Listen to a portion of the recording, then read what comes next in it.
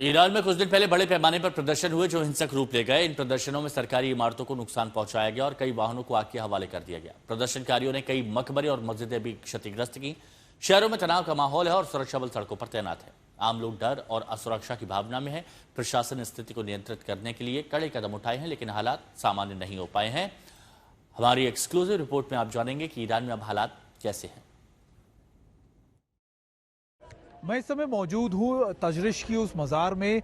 जब एक महीना पहले रॉयड्स हुए थे तब इस पे भी कोशिश की गई थी आग लगाने की, इसे नुकसान पहुंचाने की, और ईरान की गवर्नमेंट की तरफ से साफ तौर पर कहा गया था ये काम मोसाद का है। दरअसल ईरान ने ये माना था कि जितना भी रिवॉल्ट, जितने भी प्रदर्शन ईरान में हुए हैं वो सब के सब सीधे तौर पर मोसाद, इजराइल और यूएस की तरफ से, CIA की तरफ से कराए गए हैं। लेकिन आज तक की टीम, पहली ऐसी टीम जो ग्राउंड से आपको रिपोर्ट करके बता रही है, इस समय मौजूद है।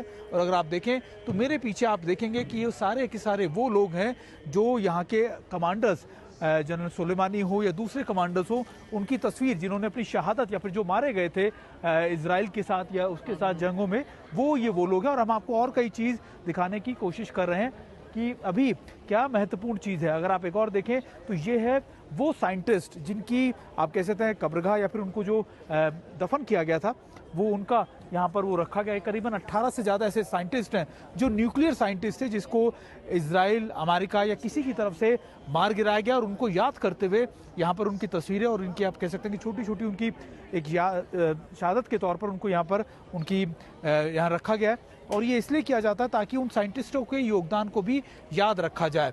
अभी हम जहां मौजूद हैं, ये तजरिश की वो मज़ार है जो यहाँ के लोगों के लिए बहुत बड़ी या बहुत महत्वपूर्ण जगह मानी जाती है, धार्मिक तौर पर भी। आज तक की टीम पहली ऐसी टीम है जो आपको इन इलाकों से आपको रिपोर्ट कर रही है। हालांकि देखिए, उस समय इस मज़ार को ज़्यादा नुकसान नहीं पहुंचा था। यहाँ पर बॉटल्स के अंदर फ्यूल भरकर फेंका गया था, आग लगाने की कोशिश की गई थी, और वहाँ वो सारी वीडियो रिकॉर्डिंग्स भी ईरान की तरफ से साझा की गई थी। और अब यहाँ पर चीज़ें सामान्य है।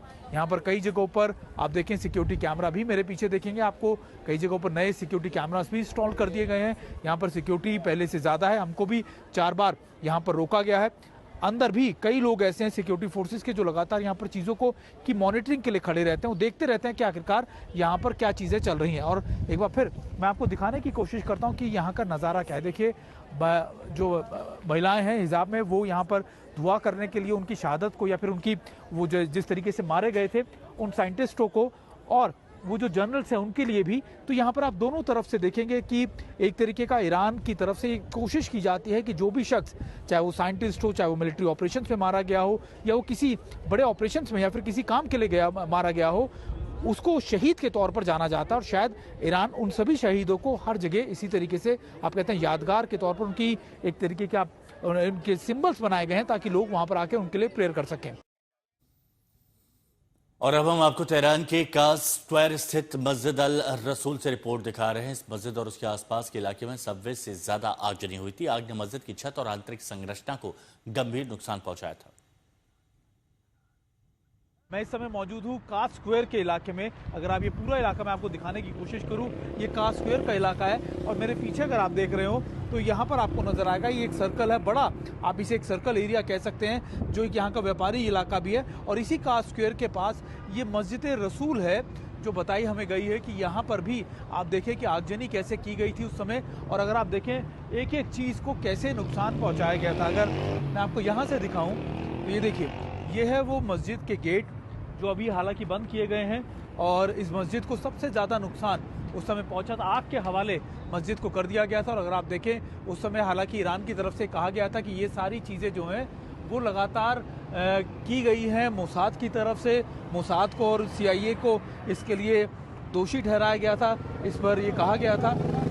लेकिन अभी आप देखिए कि यहाँ पर चीज़ें बंद कर दी गई हैं। और मैं आपको दिखाने की कोशिश कर रहा था कि अभी ये बंद है, और वो इसलिए क्योंकि यहाँ पर भारी नुकसान यहाँ पर मस्जिद के गेट पर अगर आप देखें और इन इलाकों में किया गया था। एक बार फिर मैं आपको दिखाने की कोशिश कर रहा हूँ कि इस समय ये बंद है, पूरी तरीके से इसको बंद कर दिया गया है। लेकिन ईरान में सबसे बड़ी दिक्कत ये हुई थी कि मैसिव रॉयड्स, मैसिव प्रदर्शन उस समय पूरे ईरान के अंदर चल रहे थे। तेहरान उसका एपिसेंटर माना गया था। ये आप देखिए क्या आलम था उस समय रॉयड्स का यहाँ पर, कि पूरी की पूरी इलाके को बर्बाद कर दिया गया।